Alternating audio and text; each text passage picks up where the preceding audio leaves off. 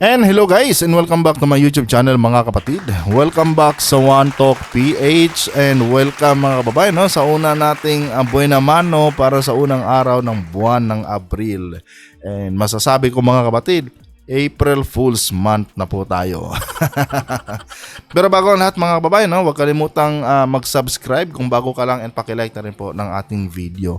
So ang unang topic na tatalakayin natin dito ngayon mga kapatid para sa unang araw ng buwan ng Abril ay patungkol po sa money laundering. No? Kasi kanina nga mga kababayan, meron ako nabasa sa aking Twitter na kung saan ito po ay patungkol sa money laundering mga kapatid, no, na binabato dito ngayon kila former President Duterte at ni Pastor Quiboloy, no. And lilinawin ko lang sa inyo mga kapatid, lahat ng individual na aking babanggitin sa video na ito ay hindi ko po pinagbibintangan, no, na sila po ay corrupt at involved sa money laundering. Kung sakali lang naman na nangurakot sila, no. Hindi ko po tuwirang sinabi na itong mga tao na ito ay kurakot at involved sa money laundering. Hindi, kung sakali lang na sila ay nangurakot, no. Sila ay naging corrupt sa kanilang mga ginagampan ng posisyon diyan sa ating gobyerno. At ito na nga guys, no, after ko tong mabasa, gumawa agad ako ng survey, no. Nagpa-survey po agad tayo. At marami po ang nakilahok mga kapatid, no. Mahigit 500 po yung sumagot sa ating survey, and 80% guys, no, positive and 20% negative, no. At ang tanong natin dito is, sa tingin nyo ba dapat i-freeze ang assets ni Quiboloy at imbestigahan kung may money laundering involved ito, no? So ang nagsabi na dapat imbestigahan ay 80%, and 20% naman ang nagsabing hindi na. And dito ko rin napatunayan mga kapatid na marami pala tayong mga kababayan dito ang hindi nakakaintindi sa salitang money laundering, no? Kasi ito mga kababayan, no, may nag-comment dito na there must be a separation of church from the states, no? Hindi naman to kung sakaling malinis yung assets ni Quiboloy, hindi naman yan inaangkin ng gobyerno, no? Titingnan lang naman kung involved ba yung assets ni Quiboloy sa money laundering. Meron din nagsabi dito, bakit pa walang basihan ang issue sa money laundering? Kung wala naman palang basihan, bakit ayaw pumayag, 'di ba? Bakit nag-o-oppose kayo ngayon, 'di ba? And ito nga mga kapatid, no. Nakapagtataka kasi dito, 'di ba? Last week mga kababayan, no, nung mga nakaraang linggo, hindi last week pala. Noong mga nakaraang linggo mga kapatid, in-announce po ng SMNI, no, na yung mga ari-arian ni Quiboloy ay pinagkatiwala niya kay former President Duterte, no. Lahat ng kanyang kayamanan ay pinagkatiwala niya dito kay former President Digong, no. So marami ang nagtaas ng kilay mga kapatid, no, dahil alam naman natin na magkaibigan sila, pero ang tanong kasi dito, bakit gano'n na lang ka-confident itong si Quiboloy na ipagkatiwala lahat ng kayamanan niya dito kay former President Duterte, na kung saan mga kapatid, no, sa isang iglap lamang, no, posibleng pulutin sa kangkungan itong si Quiboloy pag nagloko itong si former President Duterte, no. Pag sinabi ni Duterte na tanggalin na yan si Quiboloy sa sa listahan, no, yung tanggalin na yung pangalan ni Quiboloy dito sa kanyang mga ari-arian at ilagay niyo yung pangalan ko diyan, no.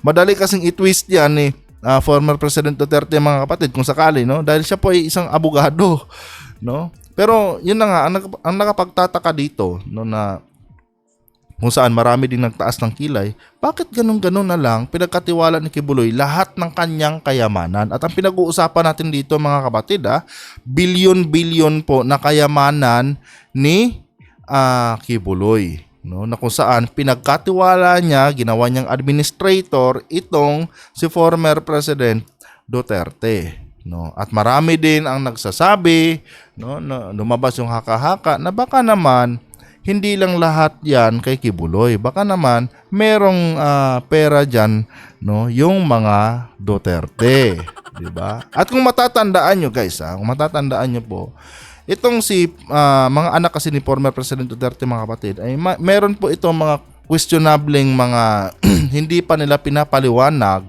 no, na liquidation ng kanilang mga nakuhang budget mula sa ating national government, no. Itong si Congressman Pulong Duterte, mga kapatid, ay nagkaroon ito ng issue patungkol doon sa 51 billion, no, na kanyang naging budget noong kapanahunan ni PRRD. And ito guys, hindi po ito na-explain ni Congressman Pulong Duterte. At the same time, mga kababayan, itong si former Vice President Duterte din, meron din itong 125 million na issue, no, patungkol sa kanyang confidential funds, no, 125 million confidential funds niya na biglang naubos, no, sa napakaikling panahon, mga kapatid, no. Iwan ko, buwan lang yata to o linggo lang yata, no, naubos agad yung 125 million. At lahat ng mga amount na ito, mga kapatid, no, na sinasabi dito, itong 51 billion at itong 125 million, ay hindi po nila ito inexplain, mga kababayan, kung paano ba ito naubos, no. Sabi dito sa ulat ng Rappler, mga kapatid, it's a question that each Duterte in public service is unwilling to answer, no. Ngayon, kung i-analyze natin ng mabuti, mga kapatid, no, ito po ay analyzation lamang. Ito po ay hindi official, no, hindi po ito official, mga kababayan, posibleng ako ay mali, no, posible din ako ay tama. At uulitin ko, hindi ko po pinaparatangan itong mga tao na ito. Ito sila Pulong, sila BP Inday, itong si Kibuloy at si former president, no. Kung sakali lang naman, no, ilagay na lang natin sa punto na kung sakali lang naman na kinurap nila itong naglalakihang pera na ito, mga kapatid, no, malaki ang posibilidad na yung mga pera na yon, no, naglalakihang pera na yon, ay ipinasok nila dito sa Kingdom of Jesus Christ, no, para hindi matrace kung nasaan yung mga pera na yung mga babayan, no. Kumbaga i-blend nila dito sa assets ni Kibuloy yung naglalakihang pera na to, itong mga unexplained na mga naglalakihang amount na ito, no, na kung saan kung sakaling kinurap nila ito, no, malaki ang possibility, mga kapatid, na nandito yan sa mga assets ngayon ni Kibuloy. Kung kaya't ganon-ganon na lang, no, katiwala itong si Kibuloy na gawin niyang administrator si former President Duterte. Di ba? Kahit ako, mga kapatid, no, sa personal kong opinion, baka nga naman siguro, no, may nakikita kasi akong dahilan dahil 'di ba itong 51 billion, 125 million na yan, no, unexplained yan Ngayon, baka nga siguro, mga kapatid, no, ay nandito yan nakahalo sa kayamanan ni Kibuloy. Kung kaya't ganon-ganon na lang itong si Kibuloy katiwala kay former President Duterte, at baka nga naman kasi talaga, mga kapatid, no, involved sa money laundering itong si Kibuloy, 'di ba? No. Kung sakali lang kinurap ng mga anak ni former President Duterte itong mga naglalakihang pera na ito, Hindi ko sinasabi dito, mga kababayan, For the record lang po, linilinaw ko dito, hindi ko po pinaparatangan itong mga anak ni President Duterte na mga corrupt sila, no. Kung sakali lang naman na kinurap nila yung pera, no. So nag-iingat lang po ako, mga kapatid, kaya kinaklaro ko sa inyo dahil mahirap po kasi makasuhan, di ba, ng libel, no.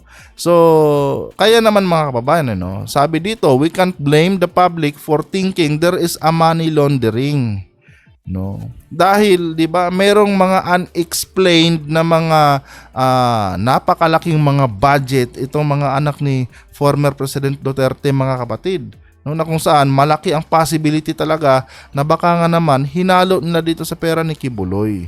At ngayon ay tumutubo ito, no, ng paunti-unti, no. And yun na nga, kung ako ang tatanungin, mga kababayan, abay dapat sigurong imbestigahan itong mga assets na ito ni Kibuloy. Ngayon, kung sakali man na mapatunayan na malinis yung perang yan ni Kibuloy, no, yung mga assets niya malinis yan, walang halong pera galing sa corruption, hindi naman kukunin ng gobyerno sa kanila yan, mga kapatid, no. Ibabalik naman sa kanila yan. Papalayain din naman yung mga pera na yan, no? I-unfreeze yan, kumbaga. Pero kung sakali mang may nakita diyan na kahina-hinala, mga kababayan, abay mananagot talaga sila, 'Di ba? Kung sino-sino yung mga involved diyan, no? Questionable 'yan eh. No, napakalaking palaisipan yan. Kahit sabihin natin magkaibigan si Duterte at si Kibuloy, mapapatanong ka talaga, no? Bilyon-bilyon na ari-arian ni Kibuloy pinagkatiwala niya kay Digong, no? Sa anong dahilan? Dahil lang ba sa pagiging magkaibigan nila? And napaka-crucial niyan mga kapatid, dahil in a blink of an eye, pwedeng bumaliktad itong si Duterte at tanggalin niya si Kibuloy dito sa mga ari-arian na yan. No? So, tatambling talaga ang mundo ni Kibuloy kung sakali mga kapatid, no? Magtataka ka talaga, bilyon-bilyon na ari-arian pinagkatiwala sa isang kaibigan, no? Hindi kaya merong nangyayaring kababalaghan dyan, no? Ito lamang ay opinion lang, no? Opinion lang naman ito mga kababayan. At kung malinis naman ang konsensya nila Kibuloy, no, wala namang dapat silang ikatakot. No, di pa imbestigahan nila. O di sige, imbestigahan niyo yung pera namin, no. Siyempre, titingnan lang naman diyan yung in and out, di ba? Yun lang naman ang titingnan diyan kung saan galing itong naglalakihang amount na ito, no. Galing lang ba ito sa mga pamamalimos ng kanyang mga miyembro o may halong pera ng gobyerno, yung tinatawag nating dirty money, di ba? Yan lang naman ang gagawin diyan, no. Kung malinis ang konsensya nila, di hindi na sila mag-o-oppose diyan, no? At papaimbestigahan agad nila 'yan.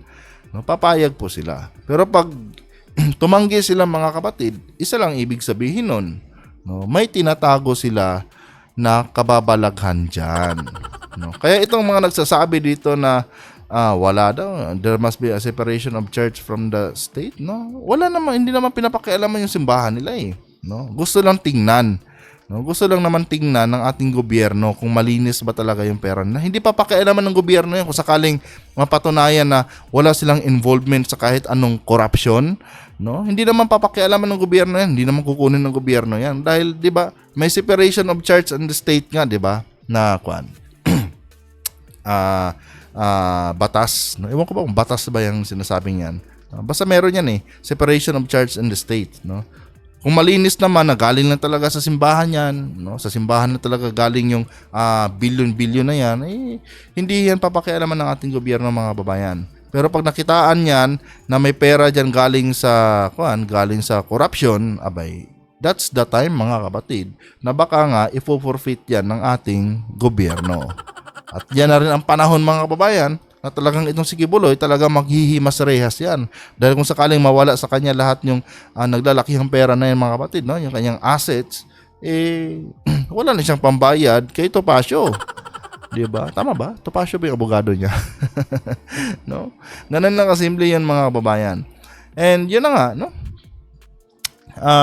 Dapat simulan na ito, no? Kasi tapos naman ang Holy Week. I think it's about time, no, na imbestigahan na yung mga assets na yan, no? Ito po ay galing din mga kapatid sa suggestion ito ni Franz Castro, no? Hindi ko lang basa-basa gawa to kay Franz Castro din po ito nang galing, no? Itong mga agam-agam na ito kumbaga, di ba? So kayo mga kababayan, payag ba kayo? Pabor ba kayong imbestigahan itong pera ni Kibuloy, ng mga assets ni Kibuloy, ng mga kanyang mga ari-arian? Pabor ba kayo na imbestigahan yan, no, sa Senado or sa Kongreso? Kung ako mga kapatid ang tatanungin nyo, yes, pabor na pabor ako. At lilinawin ko sa huling pagkakataon mga kababayan, hindi ko po pinaparatangan sila Kibuloy, si Duterte, si Tatay Digong, si Pulong, si Congressman Pulong at si BP Inday na mga corrupt sila, no? Kung sakali lang na nangoruption sila, no? Nilagay lang naman natin doon eh.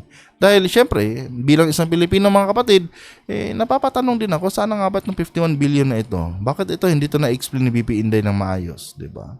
Kung malinis naman ang kanilang konsensya, i-explain nila yan, no? Kung saan napunta yan. Magbigay sila ng liquidation, no? Dahil pera po kasi ng taong bayan yan, no? Buwis po ng taong bayan yan, kaya dapat lang ipaliwanag din nila yan. No, yun lang naman mga kababayan, ano? Kung nagustuhan niyo po ang ating content ngayon mga kapatid, huwag kalimutang mag-subscribe at paki-like din po ang ating video. Hanggang dito na lang. Adios.